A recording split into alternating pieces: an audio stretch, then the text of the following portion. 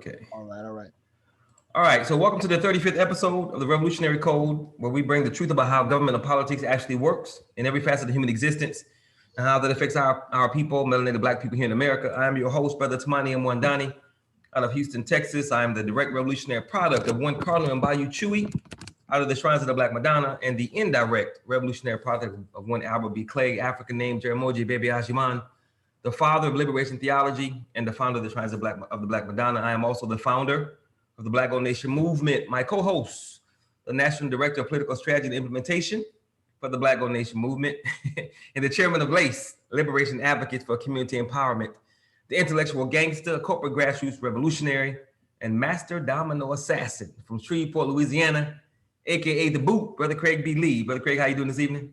I am doing absolutely awesome as I am preparing to go to New Orleans in the morning with my good partner Ken Penn and my sister Francine Brown as we go and try to help my good partner Troy Carter, State Senator Troy Carter, become the next congressman, United States Congressman from District 2.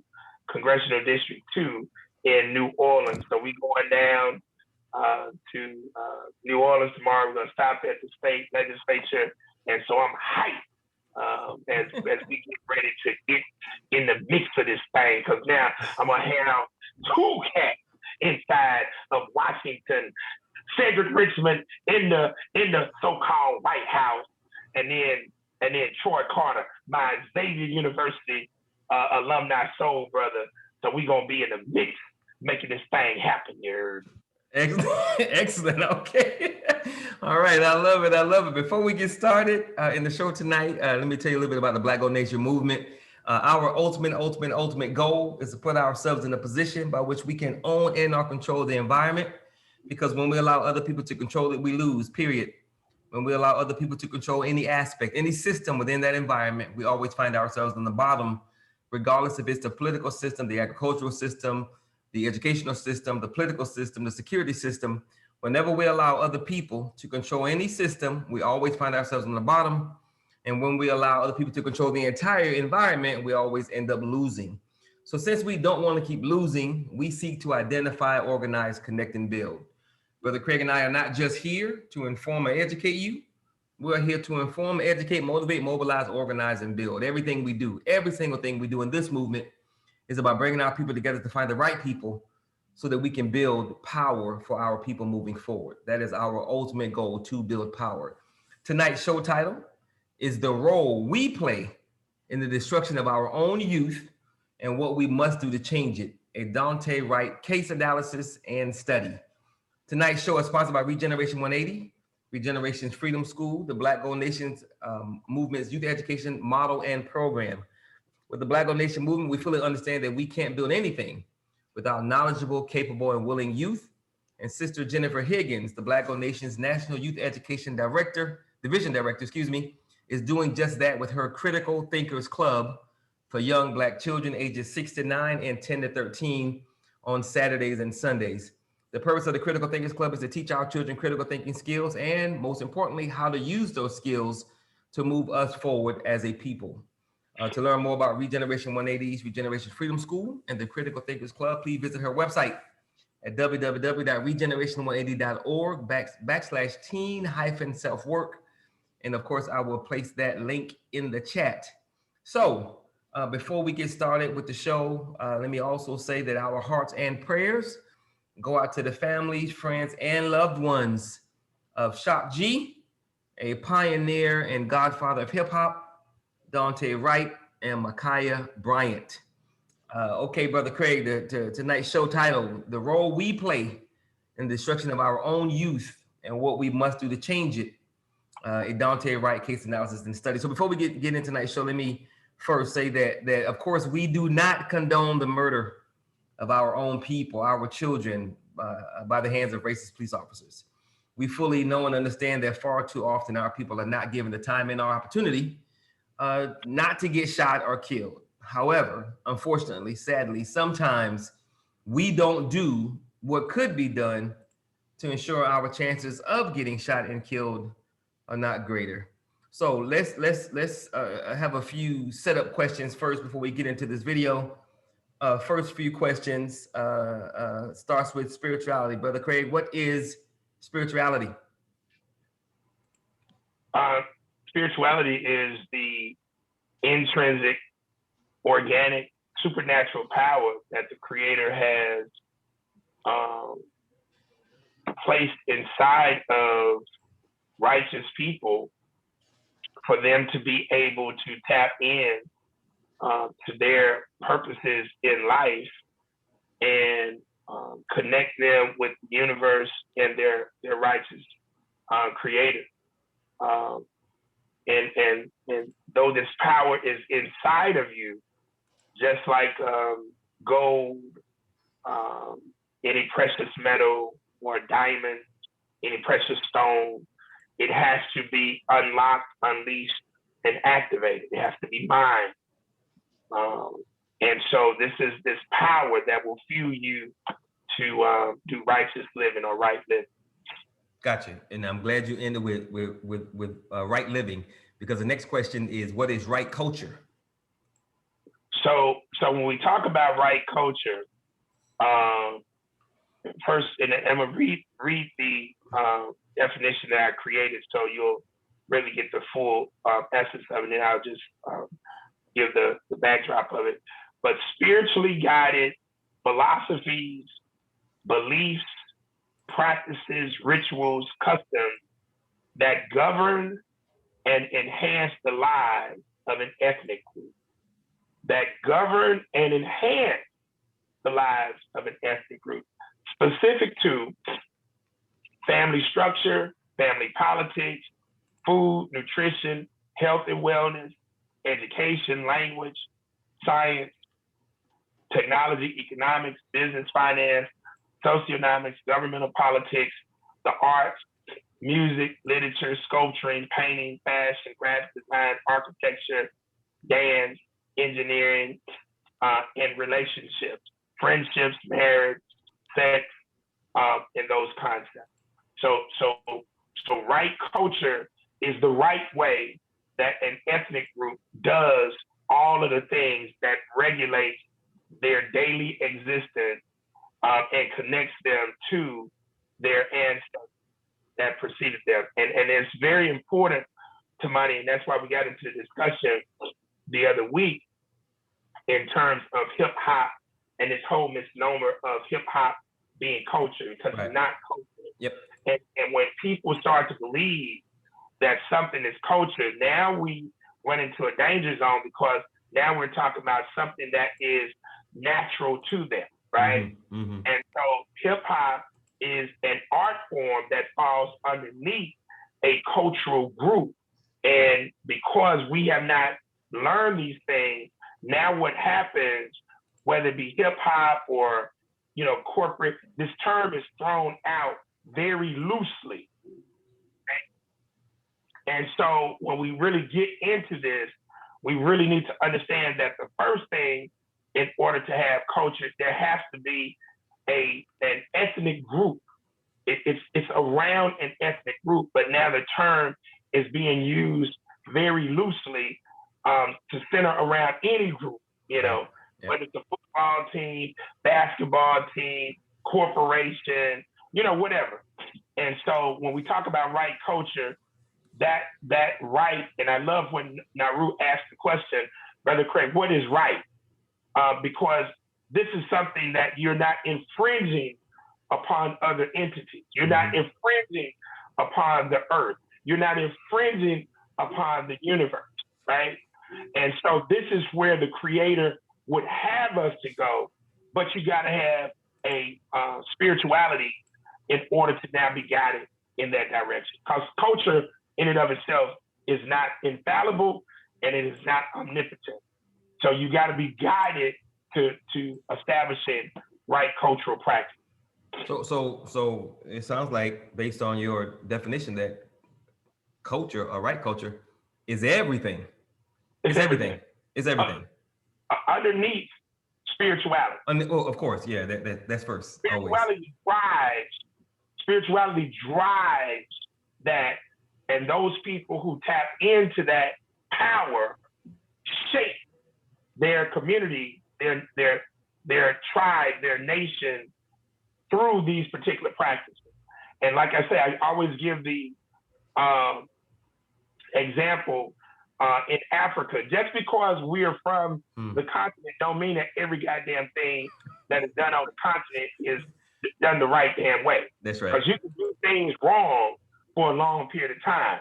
And so it takes a person who is truly in harmony with the creator to know when something is wrong. And I give the example of the castration of females in certain tribes with their clitoris. Yep.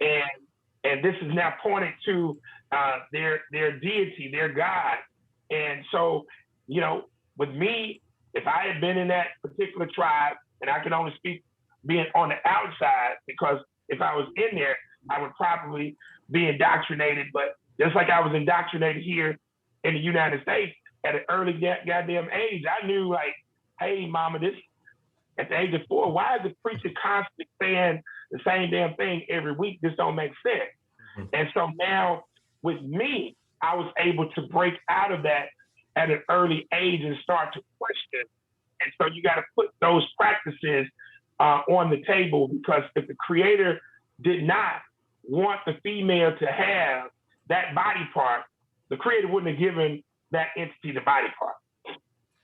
Oh, your definition of spirituality. What is the opposite of that? Evil. Straight evil. Evil. And define evil. Evil is a power, just like we say, this is an organic, supernatural energy harnessed within positively enlightened humans. Yep. You power them to harmoniously connect with the master creator. Evil is the opposite of that. Of all of that. Of all of that. So see, the creator creates all. But the creator creates positive, both positive and negative. Okay. And now within this particular space that we're in, you're now put on this path. Most people believe that people have free will. Most people do not have free will, because most people are indoctrinated before they are born. All of us, for the most part, are indoctrinated on this path because the evil folks are controlling everything. Society. Yeah. Everything. Yeah. So you got to fight to get to controlling your will. And in order to control your will, you got to control your mind. Right. Well, your mind is already indoctrinated before you're born. So now, how do you get control of your mind? How do you unlock, unleash, and activate your third eye in order to now tap in to your spiritual energy, which will then elevate yourself where it becomes the force that it needs to be, i.e. the power, because there's a intrinsic relationship between energy and power, but they're different concepts. But just like righteous people can tap into that positive energy and activate that power, that positive power, evil people can do the same thing. Yeah. And unfortunately, right now, and just for a long damn time, evil people have been running the show on this planet, on every part of the universe, the globe. So it's not that people don't have free will, it's that there's a blockage to getting to it. Exactly. Yeah. Exactly. Yeah. Okay. All right. That's another show. You got to work to get to that, baby. Yeah. Yeah. And it is most certainly work. Okay. All right. Question number 3. Do we, melanated people, do we have enemies? Huh? Do we have enemies? I mean, is that a trick question? No, it's very simple. It's bad out. Next question. What is the philosophy, system, and game of capitalistic white supremacy and racism? What is that? So this is why it's very hard for African descendants to understand this game. Mm-hmm. And tomorrow, when Ken, Francine, and I go to New Orleans, I'm going to take them to the institution that brought me into full perspective of this, and that's Xavier University. I'd already broken, to some degree, the shackle of religiosity before I left Shreveport in 1985, having been raised under the Negro Christian umbrella, under the Baptist denomination, but I already knew it was hypocritical and foolish. But once I got to Xavier, although my background, my major, marketing economics, at Xavier, all of us, no matter what you could be a goddamn art major, everybody had to take 2 semesters of philosophy, 2 semesters of theology, and a semester of ethics. That is completely unique to other institutions. Only your top tier institutions, HBCU top tier, and your top tier white institutions, your PWIs, predominantly white institutions, your Ivy League schools will mandate that type of curriculum. Okay. And at first, I was like, I'm a marketing econ guy. Why would I need to take philosophy, theology, and ethics? But bruh, at the age of 17, 37 years ago, the light came on in my first theology class, Intro to Religious Studies, because now I was at an institution where I had to go to school with people who were coming from the Middle East, and they were Muslims. I had never met a Muslim before, especially those who are Shia or Sunni Muslim. So I'm now being thrust into this. So the light comes on in that class. Mm-hmm. And the next year, my sophomore year, I took a junior senior level class as a sophomore because I wanted to get it out of the way. Uh-huh. And I didn't know what to expect in this ethics class, but our former department chairperson for the philosophy department, Dr. I'll come back to it. It'll hit me. But he's a white guy, and I had an A in the class, and the last day of the class, we had to study all these white philosophers for the whole semester. I had an A, and the last day of the class, he says, all of the philosophers we studied this semester were wrong. Mm. And Dr. Lefebvre, I knew I would come, the name would come to me. And so he could see that I was perplexed. Everybody else is talking because it's the last day. So I'm thinking in my damn mind, I'm like, if these cats were wrong, why the hell did we spend the whole semester studying these cats? Mm-hmm. So that's what I'm saying in my mind. So I raised my hand and I said, Dr. Lefebvre, did you just say that all of these guys were wrong? And he said, yeah. And he saw the befuddlement on my face. And so I said, so why did we spend the whole goddamn semester studying? He chuckled just like you did. And he said the words that freed me from white supremacy, racism, Negroism, nigology, which I have all these degrees in now. He said, so you can develop your own philosophy. Mm. I said, God damn. That these people just sat down, thought about some concepts, created some ideas, put them on paper, and then put them in a book. And now we here discussing this 200 years later as if it is fact. So I said all of that to in response to understand the philosophy system in the game, because the philosophy, these things are concepts, words that emanate from the mind of a person. Mm-hmm. And the philosophy can be either positive or negative. It can be righteous or good. Evil.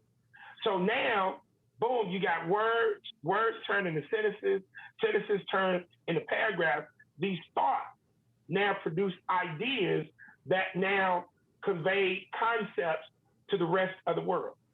And so now the philosophy of capitalistic white supremacy is now something that is rooted for the elevation and the status of non melanated people. And though they do have a little melanin, it's very, very minute within it because they are grafted recessive byproduct of us. Yeah. And so perpetually, this is why this will never work, because they know that if all things are equal and on par, that's right. They no longer exist. That's right.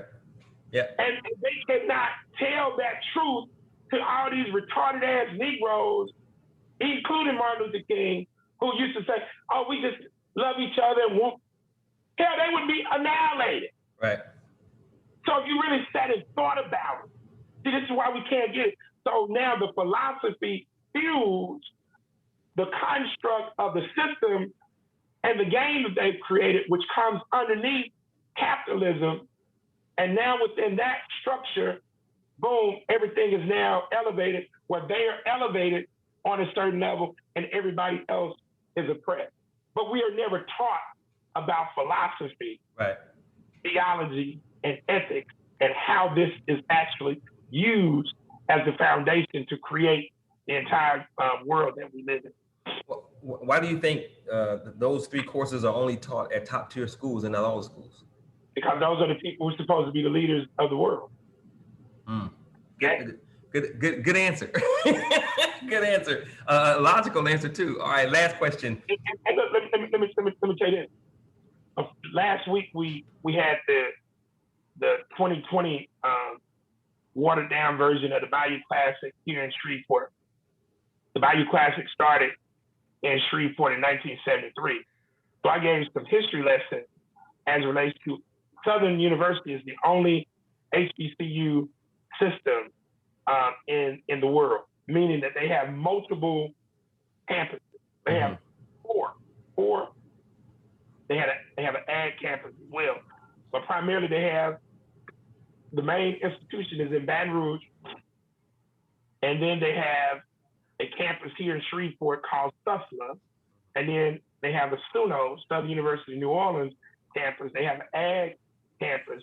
They also have an aeronautical engineering campus that's up here in Shreveport.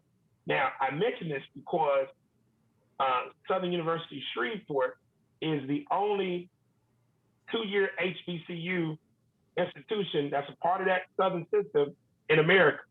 They were started in 1967. The same year that they came to Shreveport, Louisiana State University Shreveport was also founded. Follow me now. Southern University Shreveport is still 2 years.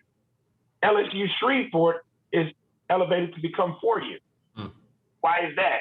Because the business owners of Shreveport Bossier didn't want their children to go to Baton Rouge. Those that didn't want to go to Baton Rouge, they wanted them to stay here to become the titans, the future titans of industry. Southern remains a 2-year community college. Why? Because they're the labor pool for the goddamn. Wow. Okay. So every curriculum is so important.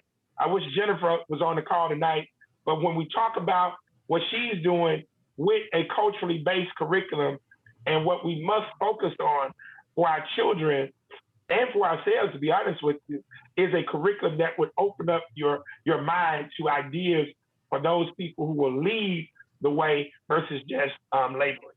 Right. Okay. Last setup question. Of the 6 factions of African descendants, what is a melanated Negro savage? Melanated Negro savage is an individual that lacks complete connection to spirituality and right culture.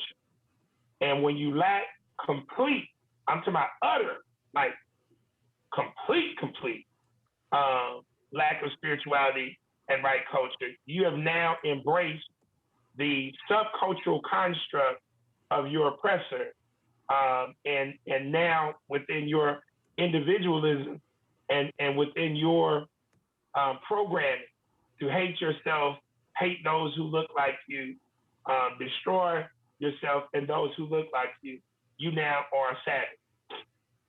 And the savage moves based on their appetite. And their appetite is fueled for their desires and their wants for money, status, materialism, food from a gluttonous standpoint, Yep. sex, entertainment, complete anything that they desire and want. That entity is just specifically focused on that, regardless of how it impacts you, your family, their neighborhood. They could give a goddamn. Right. And that's utterly, a melanated Negro style. Dig it. All right. So tonight's show is titled "The Role We Play in the Destruction of Our Own Youth and What We Must Do to Change It." A Daunte Wright case analysis and study. We're about to watch a video that you sent me, Christian brother, obviously talking about the Daunte Wright they don't want you to know about, and it is telling. And it happens that there is always another side to the story that we don't get because a narrative is being pushed, which of course is what they want. So aside from the religious aspects of what this brother is saying, I think the video is most certainly profound. So I am right now. We're going to watch this, then we'll come back and talk about it really briefly. Then we'll wrap it up. Never show you this. The media will never show you this. This video is brought to you by the Officer Tatum Store. The Officer Tatum Store. Get the merch link in the description section. Like and subscribe to the channel. Hit the bell so you get notifications anytime I go live and make a video. Make sure you subscribe to my channel. Hit that join button so you can join the Tatum Squad. Like this video, comment on this video, share this video. Y'all know what the deal is. Let's get into this. Ladies and gentlemen, and ladies, why am I making this video? And it's not to disparage the young man, Daunte's life. It's not to disparage his life, because whether he deserved to die or not, it's not up to me, it's up to God. However, I think that we see a trend of the media consistently lying and painting these rosy pictures of people, making them out to be average black citizens, so everybody's terrified. Let me tell you something, and I need to be very clear about this. If you are a law-abiding citizen, and you ain't committing crimes and doing crazy stuff, you don't lead a life of chaos, confusion, and lawlessness. You will never end up like Daunte. This is a mathematical equation. If you do what I'm about to explain to you and show you what Daunte is doing and others like him, this can be an expected end for you. It's either by cop, it's either by another gangbanger or somebody like that, or it's going to prison for the rest of your life. It's a mathematical equation. 2 + 2 is 4. 2 + 2 ain't 5. So if you're doing the right thing and you're a law-abiding citizen, you're not gonna get this outcome. If you're acting up and you're selling dope and robbing people and doing all this other stuff, which I'm gonna show you, with your pants sagging and guns slinging and talking about guns and money and all this stuff, your 2 + 2 is gonna equal 4, meaning that you're gonna either go to jail or hell. One of the two is going to happen. That's what my grandma used to say. But without further ado, I'm going to show you what I'm talking about, because I think it's invaluable for people to understand who this kid really was. So this is obviously be available for you on the Tatum Report. The link will be in the description section. However, these are the court documents that are proving that this young man was leading a life of crime. So why did he have a warrant? Because at the time he had a warrant. Some people, they're not going to tell you that in the mainstream media. They're going to tell you they put him over because he had an air freshener on his window. But that's not why they put him over. They put him over because he had expired registration, or you could say expired tags, meaning that he wasn't taking care of his business and using his money to pay for things that handle his registration on his vehicle. So he had expired registration on the vehicle. They pulled him over. They got his identification. The body worn camera actually starts when they're walking back to the car after they decided that they were going to take him into custody pending a warrant. Mr. Tatum, what was the warrant for? He had a felony warrant for his arrest for first-degree attempted aggravated robbery. Now, why is it aggravated? Now, there's two factors that make robbery aggravated.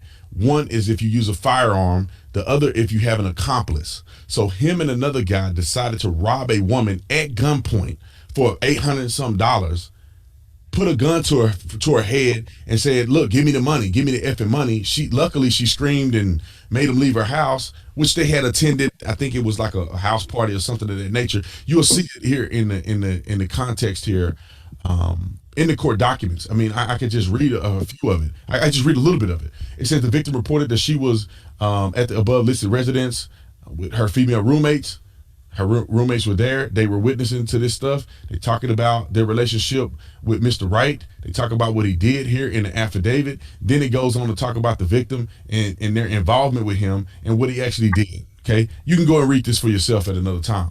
However, this is the lifestyle that he's living. If this is not enough evidence that the young man is committing bold, crazy crimes, which led to his arrest, which he's then, after he was arrested, after he had a warrant, failed to participate with the court. So that's how he ended up having an outstanding warrant, because they let him out on bail, $100,000 bail. He can't abide by that. He can't follow the rules after being let out. So they had a warrant for his arrest. Now, here's the thing. After he had been arrested and released, a condition of his release is that he can't be flashing guns around and stuff like that. He ended up being in possession of a gun, which made his charges even greater than they were before. Let's look at this other document or some video evidence, and shout out to Charlie Kirk for posting this. And I know that other people have posted it, but I saw this on Charlie Kirk's page. So shout out to Charlie Kirk for posting this. But here's a video in this in slight context of what this kid was doing. This wasn't your average black kid going to school, doing the right thing. This is what he's doing. This is his lifestyle. This is what leads to your death. Roll the film.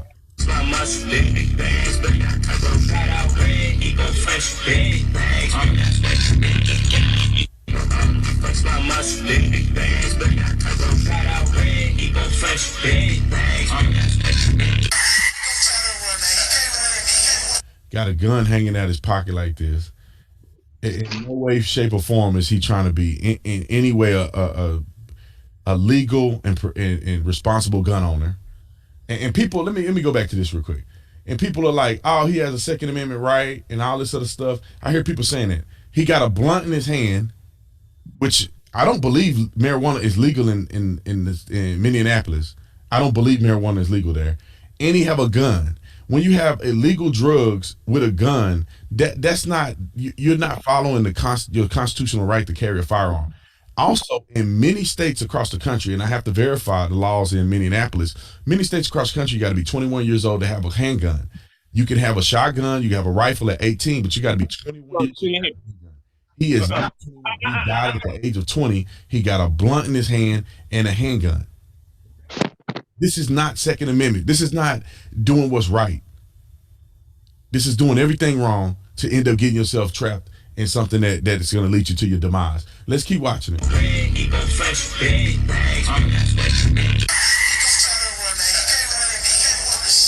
So,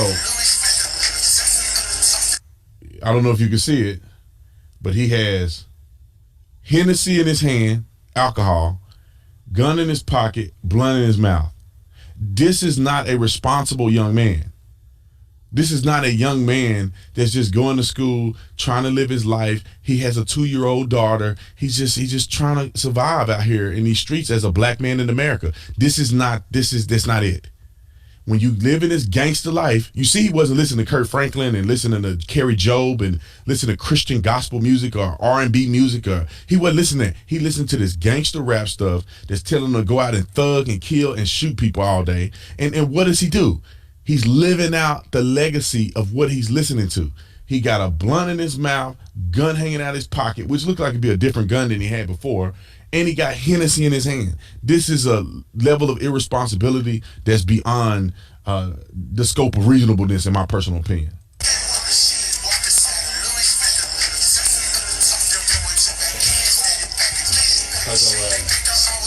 Now, are you shocked that he robbed somebody? Are you surprised that he robbed somebody? Now, his mama and them know that this is his character. They know that this kid acts like this. But they get on TV and cry and say, my innocent little boy. The media say he only had an air freshener, and they don't even talk about the fact he has a warrant. They don't even talk about what his warrant is for. And then they want you to believe that your innocent child that's just going to school with his backpack on is just going to get smoked by the police because they're too incompetent and they just afraid of black men. Well, no, they're probably afraid because you just had a warrant for aggravated robbery where you and another guy put a gun on a woman and try to rob her for money. And then you're violating your bail, and you're in YouTube videos with guns and money. Like, You are heightening your suspicion when they see the warrant for your arrest involving dangerous weapons, a gun, and then they get to you, you resist arrest and try to drive off. Now, there's no excuse in my personal opinion for grabbing a gun instead of a taser. I mean, you have to be completely incompetent. I was a cop, man. There's no way I would have mistaken the two. They're on two different sides of your belt. However, the stressful situation is caused by little Daunte over here thugging and doing all this nefarious stuff that somebody was led to make a mistake. But I want you guys to know this, and I'm not making it to disparage anybody, but you need to know the truth. These young brothers out here ain't gonna get smoked by the cops if they normal, if they're doing what's right, they're not resisting arrest. And even with all that he did, if he wouldn't have resisted arrest and tried to drive off in a car, he would still be alive. He would still be alive, ladies and gentlemen. He dropped out of high school. He got a kid. He ain't even 20. He dropped out of high school selling drugs. I mean, doing drugs, which is marijuana is a drug. Got money, flashing guns, robbing people with a 2-year-old daughter. He don't care about his daughter as much as they try to act like he do. He was a loving father. No, he wasn't. He was trying to go to prison and leave his daughter by herself. How was he a loving father when he can't take responsibility for his actions to not put himself in a position to be in prison instead of being there for his daughter? How was he a loving father? Stop lying on these young men and start telling the truth so we can fix it. Tell the truth. It was unfortunate that he died. That's a fact. The officer was wrong. That's a fact. He was wrong. That's another fact. And that we need to correct these young people who are living this gangster thuggy lifestyle and resisting arrest and doing all this nefarious stuff. We need to address that so we don't have more young men getting killed out here because they can't act right. They can't do right. And they mom and them and dad are facilitating this. When you get on television and act like your son was Jesus Christ, and you know he had problems. You know he was struggling with selling whatever. I don't know if he was selling drugs or he was using drugs, drinking Hennessy. He's not even 21 years old. How you drinking Hennessy and you 20? You're drinking underage, on camera, on Facebook. How is these things occurring and we just let it go? George Floyd, if he had not been high on drugs and resisting arrest, if he was just sat in the back of the police car, he would be alive today. Eric Garner, if he would have said, okay, I didn't do nothing, but I'm going to be arrested and I'll get out after the 48th arrest he had, that he would say, I'm just going to get arrested. I didn't do nothing, but I'm not going to fight these officers because what if they tase me? What if they shoot me? What I'm fat? I'm overweight. I could die at any moment. I'm a ticking time bomb. I ain't no way in the world I could resist arrest from police officers and live. But he did anyway. He would be alive if he wouldn't have resisted arrest. Walter Scott getting shot in the back.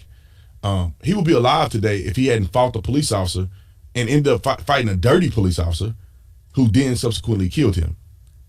He would be alive today.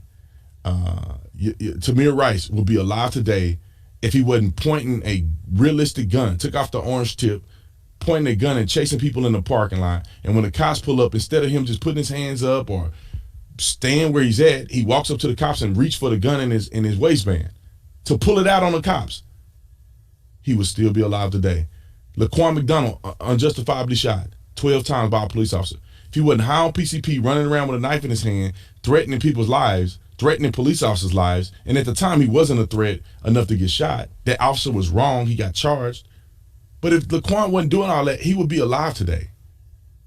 I don't understand how people think that you're supposed to be threatening the lives of police officers and threatening the lives of the public, and the police are supposed to be perfect every time and never make a mistake or never shoot you. And it's like you're putting them in a position that they can't train for. You can't train life and death because you only can simulate real life and death when it's happening to you. I mean, you can only go through that. You can't simulate that. You can be in a training facility for 24 hours a day, 7 days a week. There's nothing like being in a real life and death situation. You know, in a training scenario that you can't really die unless they were killing officers in training. You know what I'm saying? They're like, hey, if you make it out, if you don't make it, you die. You know what I'm saying? If they were doing that, then that's the only way you can simulate a life and death circumstance. Other than that, bro, you know it's fake. These are role players. These guys are cops. They're acting like bad guys. In real life, these bad guys are not acting. Somebody's going to die in this scenario, and it's real, and you can't train for that unless it's you're doing inhumane training where you're taking cops out in a foreign country and letting them kill people for practice. Other than that, you can't reinvent a real life and death stress scenario. You can come close, you can try to put people under stress as much as you can, but police officers don't typically get into these altercations with people often, in general. So they're not prepared anyway, because they're not always dealing with somebody driving off in a car and pulling guns on them. So it's incredibly difficult. So I see why she was stressed, but that's just too much. You can't pull a gun out. But all of these young people would be alive today if they had not resisted arrest. If they wanted a day in court, they could have a day in court. They didn't want a day in court. They wanted courtside justice. And they blamed the cops and say he didn't get his due process. Well, he didn't want due process. He wanted to go out in a bang. He wanted to flee from the police, which I don't know where he thought he was going to go. They just let him go. He like Grand Theft Auto, he hit reset, then the game start over, and he's no longer wanted. Come on, bro. You drive off, they're going to chase you. What are you thinking? If they had not been doing these things, they would be alive. And I hope that that's a lesson learned in this situation, not only on the police end, but on the young man's end. So comment in the comment section. Let me know what you think about what I said. Let me know if you think this is relevant or not. However, I think it's invaluable to start pointing these things out. No disrespect to the boy's life, but stop lying on your kids. If I got family members that I know right now is they may get killed by a police officer because of the way they live in, because of how hot tempered they are. And if they do, I'm not gonna get on TV and be like, this is I can't, man, like I knew this was gonna happen. Now or later, I knew this was gonna happen because this person has a temper that's out of control and they don't listen to anybody. And they do nefarious stuff. So if you know that, why get on TV and lie? I would get on TV and say, look, man, this is not typical. I knew that this person had these issues. We were trying to get them help, but they had these issues. And I knew it was a matter of time before they get into a fatal confrontation with somebody. And there's no way you can stop them because they're grown. But you do know that there's a possibility. You just hope that it doesn't happen. Hope that you can reach them before it's too late. But don't get on there knowing your son selling dope, and you get on there and act like the man was just innocent and never had any problems.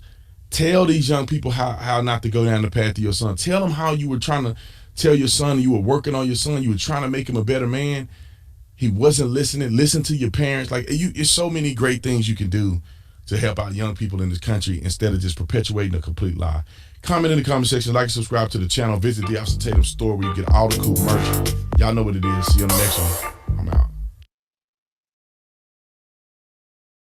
All right. So let me first start by saying I do not agree with the brother's assessment that if you just do right, you won't get shot. Exactly.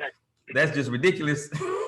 However, he does make a few good points about our youth and our children. Parents allow their kids to do things, get involved with things, and parents are aware of their kids' behavior. Then when bad things happen, they want to blame the cops as if the child or the young person played no role in that. So what is your overall assessment, Brother Craig, of the video, and what's your feedback? Well, when I sent that video to you, I made a post on Facebook, and this guy's, paid by white folks, white Republicans. Obviously. It's like Candace Owens and some of these other sellout Negroes. But you have to listen to the game that they're laying out, because it will give you insight in terms of how they are trying to spin these situations. So even within, however, within what they're trying to spin, there is some measure of truth of what he's saying. And so, no, yes, if he is lying, that if you comply, these things will happen to you, because at the end of the day, just like the lieutenant in Virginia, comply. Now, this guy would probably say he didn't full scale comply, But at the end of the day, he complied, and he simply asked the question, why am I being pulled over? That's right. What this really gets down to is a combination of accountability, responsibility, and that's on both sides of the community and the law enforcement. But just because a person puts on a uniform doesn't mean that their biases, their prejudices, that's right, and whatnot. So for him to even go there and not to even look at that just shows the mindset. And we already know that that's a goddamn lie, that law enforcement just specifically does the right thing. We know that's a goddamn lie. But overall, especially as he talked about Daunte Wright, he's on point with that. Yeah. Because that dude, karma is real. Yeah. That dude, Rob, did a strong arm robbery of a female and threatened to kill that female, who allowed him and his partner to spend the night at their house since they said they didn't have a ride back in the town. And so that karma came right back at him. You see what I'm saying? Yeah. So is the majority of what he's saying, on point? No, but is he making a good point about stop trying to befriend your children and all of this? Absolutely. Because all parents, the majority of parents are not parenting as relates to discipline, the ethics, the spirituality that we talked about, the culture that they ain't nowhere in that game. That's right. They ain't nowhere in that game. Yep. And for me to get to the spirituality level, I started with their religiosity, right? So religiosity can have its place to launch you to a higher level of thought. But man, if you ain't got no Christianity, you ain't got no Islam, you ain't got nothing that you standing on but goddamn Grand Theft Auto, rap music, weed, alcohol. Bruh. Yeah. What you think gonna happen? Yep. It's real deal. And look, let me say this. Tell you how to create a working.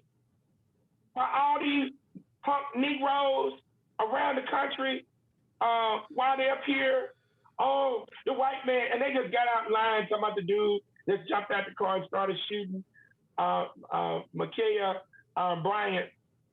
Look how to create a work. Just today. Yeah. Just today. Yep. Nayara Gibbons in Cincinnati, same damn state, 13 years old, stabbed, killed,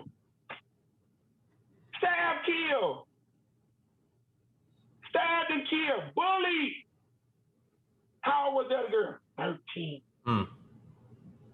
13. Yep. That girl was about to kill that girl for whatever reason. Yep. And you had adults standing right there. Oh, not just standing right there, but and I'm gonna show the clip because it's only like, I don't know, it's only maybe 15, 20 seconds. When the girl pushes the other girl down, the father tries to kick the other girl in the head. Not no tries. He kicks her in the head. I thought he missed. No, he kicked that girl, man. Yeah. So well, you want to watch it real quick, or you want to just let it ride? Yeah. All right. So let me prepare you guys if you haven't seen it. It's a violent video. If you're squeamish about that kind of thing, you want to turn away for about 35, 40 seconds. But I'm gonna share the video really quick because from the time the cop walks up, the energy that he gets from the black girl, she immediately starts cursing at him. He's trying to find out what's going on. This other girl gets pushed down. The father tries to kick the girl in the head, and the girl that was eventually killed, she's about to stab this other girl. So people are talking about him shooting the girl, but not talking about the girl whose life he possibly saved because she's about to get stabbed. So let me show you this video real quick. Because it is, man, you talking about ghetto. I'm like, Jesus Christ. And all this happens in a matter of seconds. So, what the hell is the cop supposed to do? All right, let me share my screen real quick, maximize the screen. And pay attention to the adults on the right side of the video because this guy definitely tries to kick this kid in the head. And then the girl who eventually gets shot, she tries to stab the other girl. Here it is. Hey! What's going on? Hey, what's going on? Hey, hey, hey, hey! Get down! Get down! Get down! Get down! No! You ain't shoot my fucking baby! You shot my baby! You shot my baby! Shot being fired. How that decision was made. Here it is. Hey! What's going on? Hey, what's going on? Hey, hey, hey, hey! Get down! Get down! Get down! Get down! No! You ain't shoot my fucking baby! So from the time the cop, and this is why I asked those questions in the beginning about spirituality, right? Culture, having enemies, melanated Negro savages. From the time the cop walks up, it's obvious that that is a non-spiritual, wrong culture, niggerized, slave cultured environment. And to me, when the cops pull up as an adult, if I were in that situation, when the cops pull up, first off, my kid's not gonna be in that situation. But when the cops pull up, I'm pulling all my kids back because I know how quickly things can get out of order. I know how quickly things can escalate. But the adults are in on it. The one girl gets pushed down, and this adult male is trying to kick the girl in the head. He ain't trying to break them up. He ain't trying to say y'all go home. He is in on, and I'm wondering, when you sent me the video and I watched it a few times, I'm wondering why weren't the adults more active in breaking it up? They had their cameras out. Were they recording it? Were they a part of it? Were they being entertained by it? So it's just like a lot going on in those few seconds that I think most normal melanated Black people, not Negroes, would have done much more to break up that. But because, as we said earlier, because there is no spirituality, because there is no right culture, because they don't understand that we have it, they want to shoot you anyway. You don't want to give them any reason to do what they want to do anyway. But that's the whole point of the show, is that we are complicit in the destruction of our own children by not putting them in environments that's going to help them be better, help them be safe, and we perpetuate their what I call niggerized slave culture behavior by allowing them to have as their guide money, status, and materialism, and that's how we that's how we play a role in the destruction of our own kids. Exactly, and so now, the game begins to try to get a lawsuit. Yep. And for sure, it's going to be unsuccessful in this case, and hopefully it's unsuccessful in the Daunte Wright case, because this game, same players, Benny Crump, Lee Merritt, same game every damn time, and they not concerned about no damn policy changes. They trying to get a settlement, get that damn fee and get on. That's right. But you see all of this unconscious slave mentality that's out there. And I hope that dude, the foster parent, I hope he is arrested and charged because he assaulted that young female. Yep. And we don't know what the hell was going on. But what we do know, while all these people are talking this foolishness, if that was your daughter or whatever that she's about to stab, you wouldn't be saying this. And just not a word. And just for the creator to come right back the next day.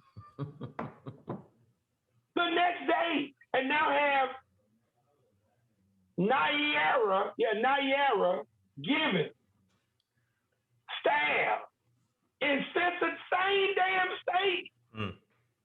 The creator is talking to these Negroes. Yep. But so now you go back to the scripture of Elijah in the valley of dry bones. And the scripture says, God asked Elijah a powerful question. Can these bones live? Bones is a metaphor for what, Brother Tobias? I don't know, people's spirits? The unconscious masses. Okay. They just bones. Okay. Can these bones live? And Elijah in his wisdom says, only you know, Lord. And the scripture says, so-called God told Elijah, speak to the bones. Speak to these retarded ass motherfuckers. Crazy ass Negro. Always want to blame everything on their damn oppressor. That's right. And yet, the damn system, philosophy, system, and game of capitalistic white supremacy is definitely real. Yep. But God damn it, you're the only one, we are the only ones that can fix it. Yep. Because they're not going to change. And they're not going to resolve what they've started. And it's like we're waiting on them to apologize. We're waiting on them to pick us up, give us money. Please, master, treat us right. Let us stay by you. Let us go to the bathroom with us. Man, white folks tired of these goddamn, and I can't blame. God damn it. All right. So fun, no goddamn. You are right there on the last question, on the second to the last question. Only we can change it. How do we do that?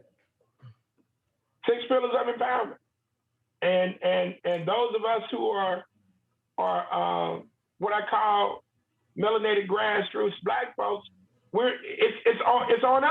We are it. Because the majority of our wonderful grassroots Black people and our melanated grassroots Negroes, they don't have the capacity to navigate between the private sector and the public sector, and they're not operating on that higher level of thought. We have to train them. We have to teach them. So it's on us. And there are a small percentage of melanated bourgeoisie Negroes that we can rock and roll with. The pseudo bougies, they out to lunch. There are a few melanated Negro savages that we'll be able to convert. I'm bringing a few of them to Tuesday morning breakfast next week. The OG gangsters. I want to have a frank discussion. When y'all were out there killing and selling dope, I want to really understand what the hell was going through your mind. How did you get to that point? You know, I mean, what transformed you? You see what I'm saying? Yeah. I want to know so that we can make the applicable connection to these young folks today. But more importantly, I want people to comprehend that there's no monsters out here, man. That's the real monsters. You got look at no damn Freddy Krueger and no Michael Myers. That's the real monsters out here, Pop. All right. So before I get to the last question, which is the one takeaway, going back to what we said earlier about spirituality and evil, before these brothers made their conversion, you would probably have classified them as evil melanated savages, correct? Exactly. Something happened that if their conversion is righteous, something happened that allowed them to convert from that evil to, I'm assuming, that spiritual. Right? Only the Creator and the righteous ancestors can help them on that. They may hear some speeches or refiling, and for the most part, what now helps them, of course, is going to jail. Because now jail isolates them from all of the distractions that they have in the real world. The environment. Right? Yeah, the environment. So now, and this don't happen for all of them, but for some of them, when they have that isolation and they run across the right cat in prison and they start to read, there is, for some people, there are real conversions. Yeah. That actually happen. Would you? It don't happen for the majority of them, but it damn sure happens for a few. And for that few, that small percentage that it does happen for, we gotta have dialogue with them. Definitely. And we gotta now consult with them. Yeah. Because they ain't been the savage. Yeah.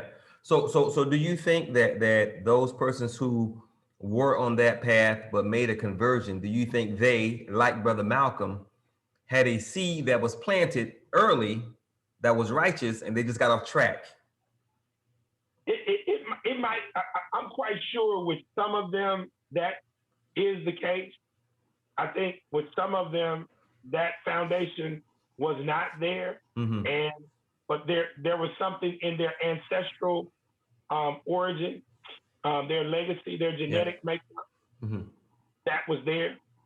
With Malcolm, it was a double dose of his genetic makeup, and he had a father that was in the game already. Yeah. But yeah, some of them maybe, but I think a lot of them really come from some real messed up situations. But if it wasn't for them going to prison, they wouldn't have ever stopped and paused. It probably would have been. It'd probably be dead at this point. Yeah, that's gonna be an interesting Tuesday morning breakfast. I gotta make sure I tune into that one. Okay, last question. You can only give everybody one takeaway from tonight's show. What would that one takeaway be? Stop trying to be your damn children's Friend. friend. Stop giving in to your damn children. Embrace the 6 pillars of empowerment. It's the same thing. Spirituality and right coaching is the saving grace, or the lack thereof is going to be the basis for why all this stuff happens. Yeah. Because without spirituality and right coaching, you ain't going to embrace life. You ain't going to have no ethics. You ain't going to have no morality. You ain't going to have no focus on doing the right thing. With spirituality, you will embrace humanity. You will embrace, as Naru talks about, the environment. You will elevate your sisters instead of destroying them. And you're not going to be sitting up watching your so-called my baby get jumped and basically like they sitting up like Don King on the sideline and then try to participate in kicking. None of that would happen. All of that tells you where we're at in this game. Yeah, it's like Brother Ken says, without that spirituality and right culture, you have nothing to work with because there's nothing there, you know. And I watched that video, the Roland Martin video, but Brother Craig, I watched that thing about 10, 15 times because I could not imagine if that were my daughter, if she'd just been shot. I'm either gonna get shot shortly thereafter, or the cop that shot her is gonna be dead because this dude is just barking and yelling and backing up, you know, like a puppy, like I said, a chihuahua, just yelling and screaming, but ain't doing nothing. And that's supposed to be your baby that just got shot. So I was just amazed by the whole thing. But anyway, with that, we're gonna open this thing up for questions and answers if we have any. I see Brother Naru has turned his camera on, so he's gonna lead it off as usual. Brother Naru, you have a question for Brother Craig? Yeah, man. You know, my heart is still heavy over here for my brother, man. My brother Shock G just passed away. Just want to RIP for him again. And Brother Craig, in the beginning, you were talking about good and evil. And I was really trying to gauge, do you really think that a person can be all good or all evil? Or do you really feel like we have the ability inside of us to make a choice on what we do?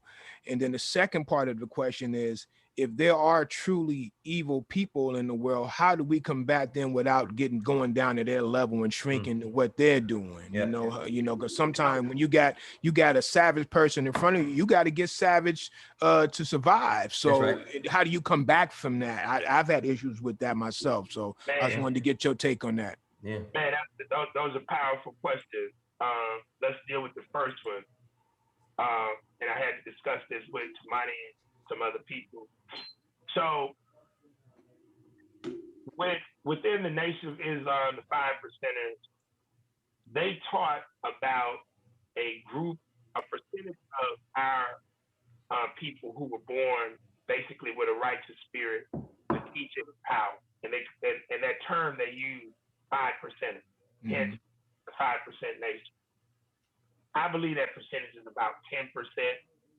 Those are the people that are predestined to be righteous, to just straight up rock and roll on that level.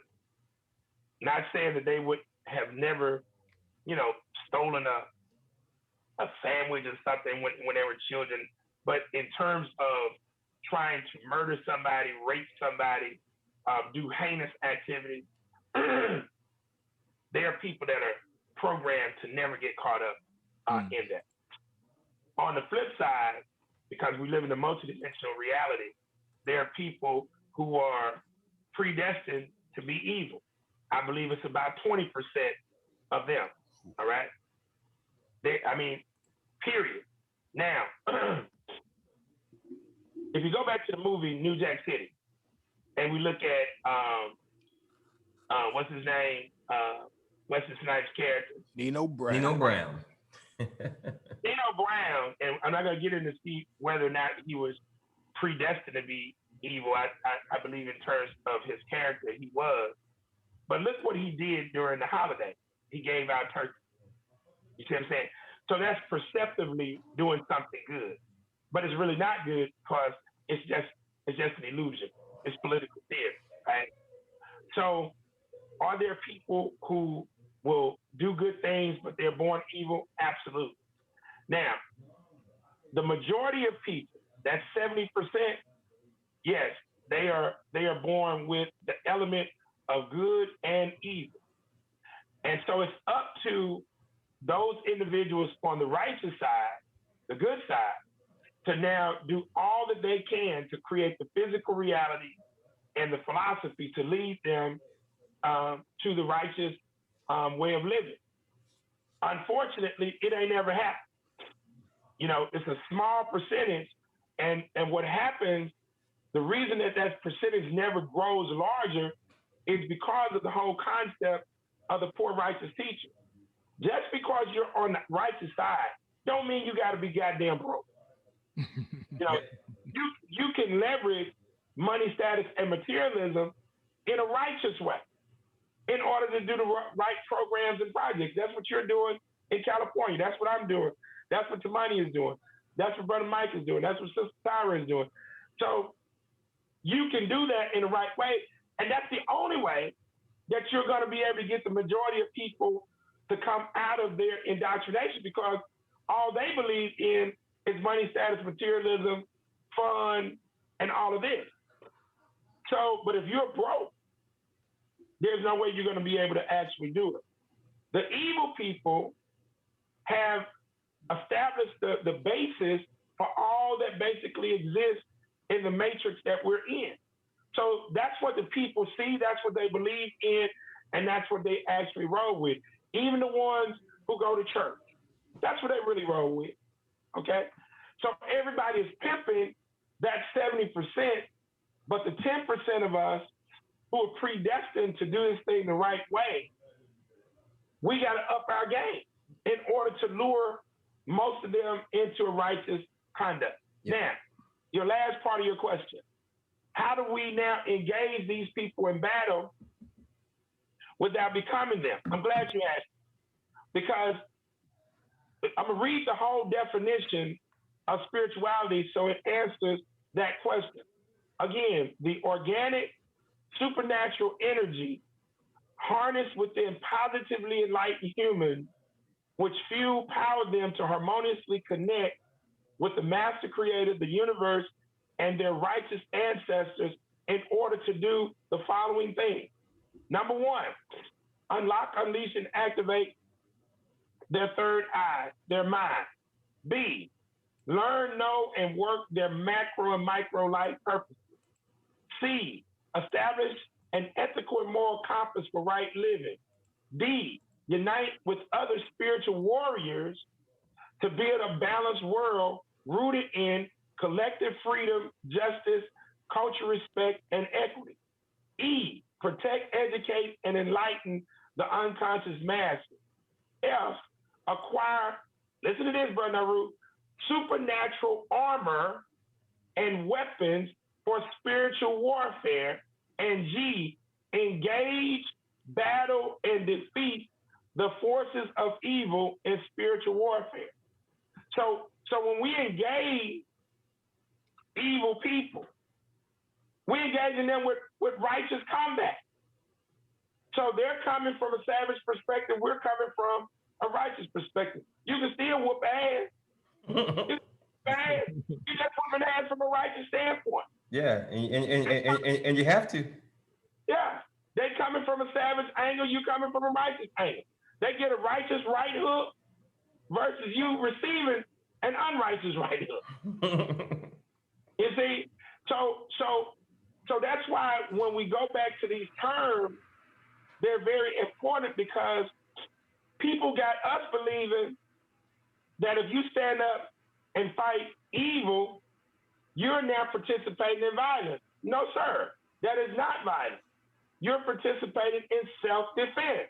That's why the Black Panther Party initially called themselves the Black Panther Party for self-defense. That's right.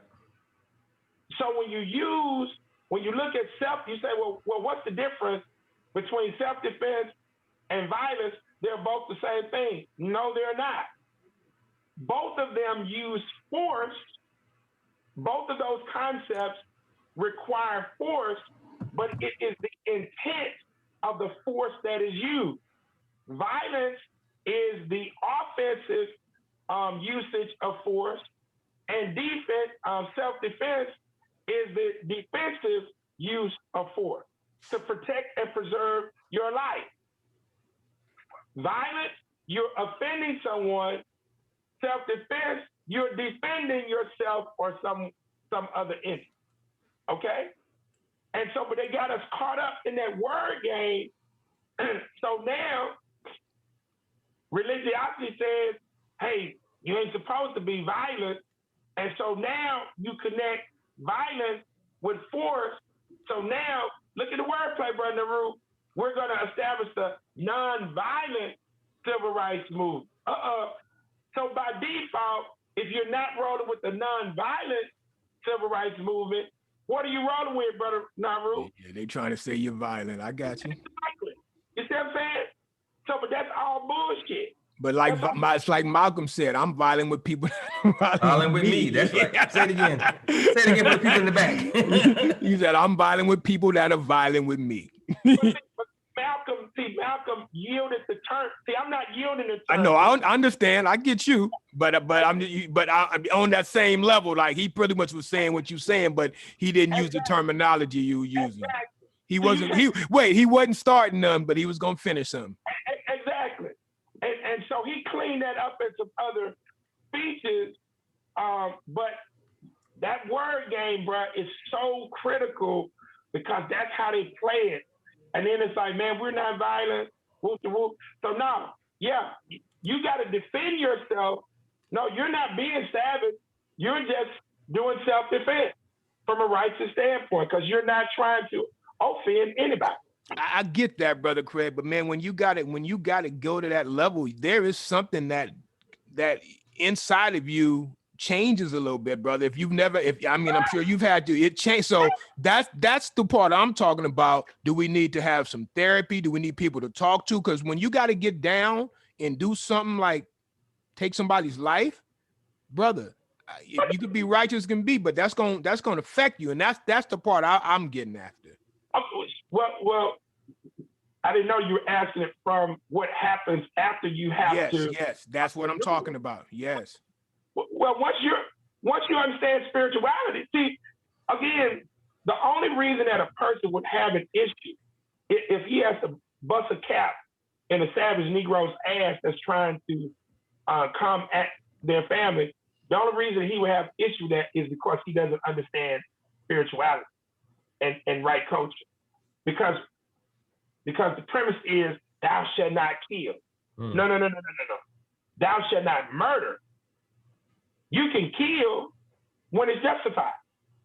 And then when you understand that justification shouldn't be no sleepless night. It should be a smiling night.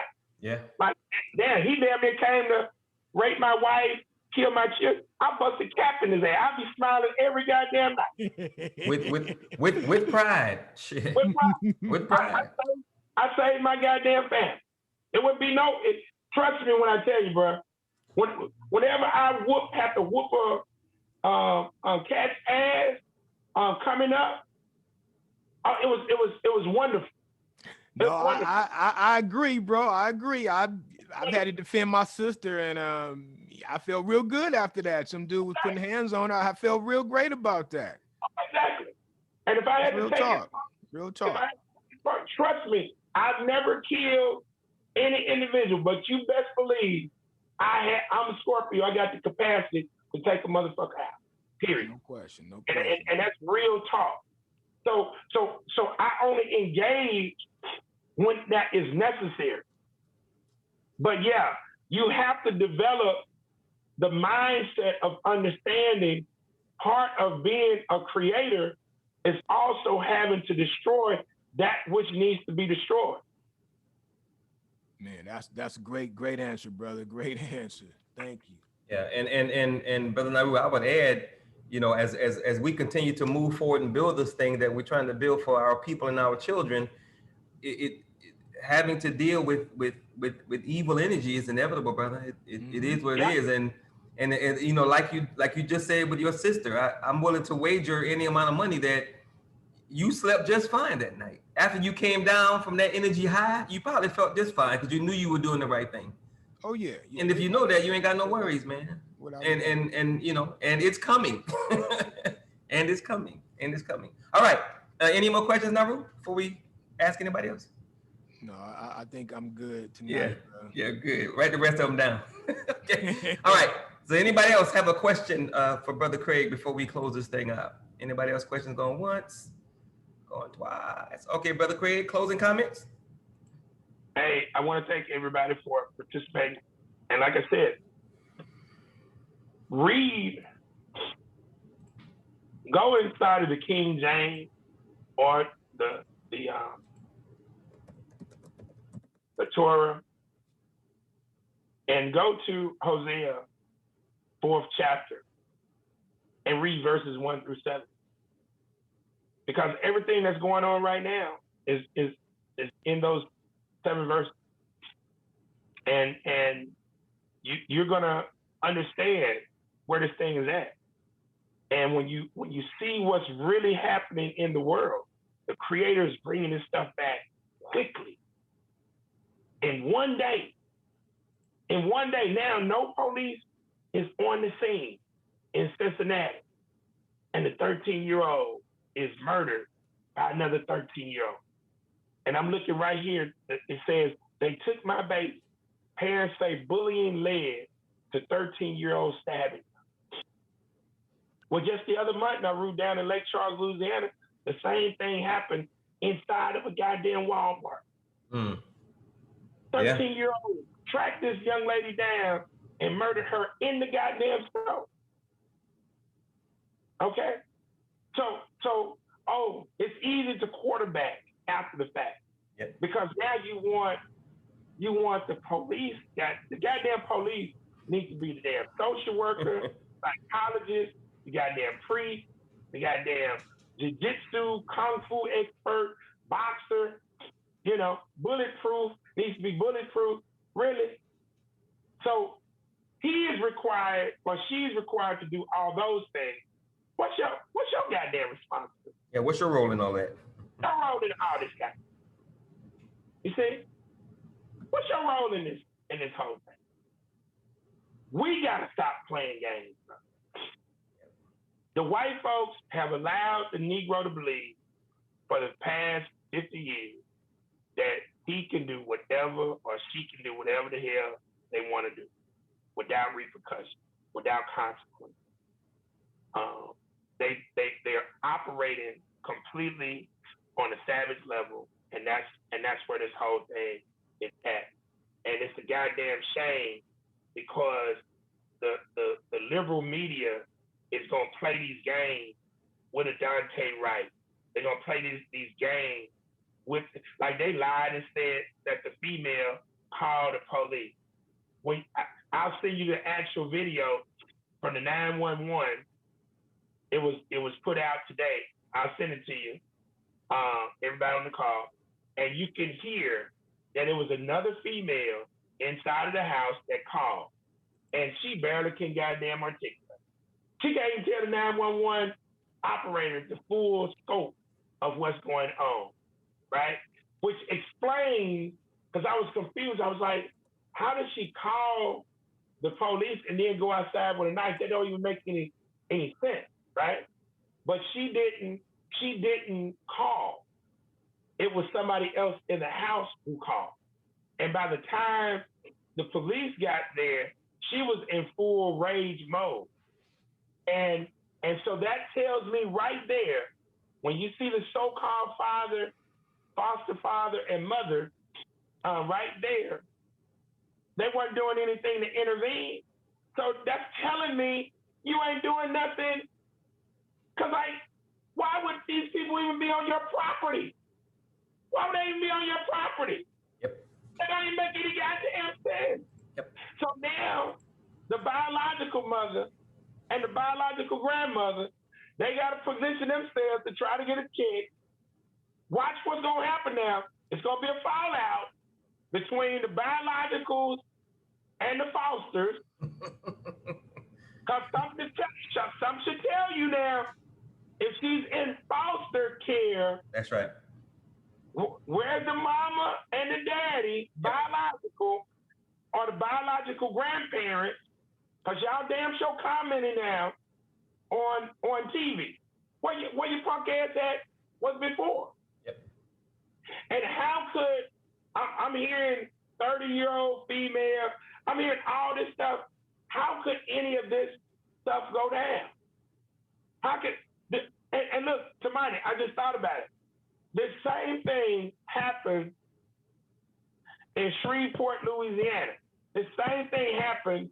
It was in the 90s, and a female came over, some females came over to fight this girl at this other young girl's house.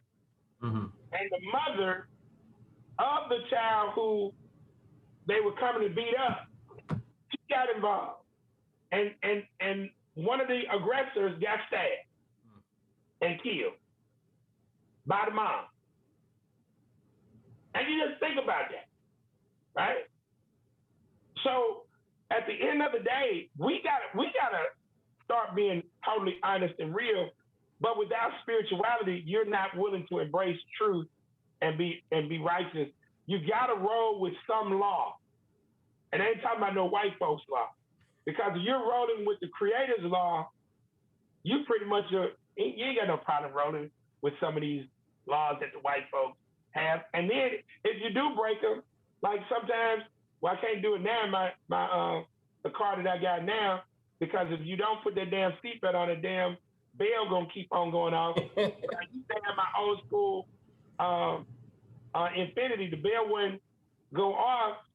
So a lot of times, I mean, I've gotten pulled over for not wearing a seatbelt. So because the lie is told, man, you got to wear a seatbelt to protect yourself. What they don't tell you, and you can go look at these stats. That's right. More people get killed in car wrecks with the goddamn seatbelt on. That's right. Then wait up. Without the goddamn seatbelt. Yeah. Now, they don't tell you that shit. Okay. So at the end of the damn day, if somebody stops me and they give me a ticket for not wearing a seatbelt, I ain't gonna be like, oh, punk ass, police, oh, punk ass. No, okay, give me a goddamn ticket. I'm cool. You know, why are you fucking with me, man? Why you? Okay. Makes no sense, bro. Makes no sense. So that tells me that the people don't want to be accountable and responsible. Whatever I do, if there's a white law to not do it, and I know this law exists, and I do it, and I go against that law, I'm willing to accept the consequence. Right. That's when you're being responsible with that. Yeah. So I leave you out with that, but I thank you guys for tuning in. And as it relates to the young sister that was shot and killed, I knew the father was full of crap when he was screaming and yelling, "You shot my baby, you shot my baby," but you about to kick somebody else's baby in the head. Just niggas, man. Niggas. All right. So with that, I want to also thank you guys for being part of the show. I sincerely appreciate it. Always remember two things. No one can do everything, but if everyone does something, everything will get done. And absolutely, always, always, always remember that nothing is more sacred than the liberation and salvation of Black people. Thank you guys very much. God bless you. Have a good evening. All right. Peace.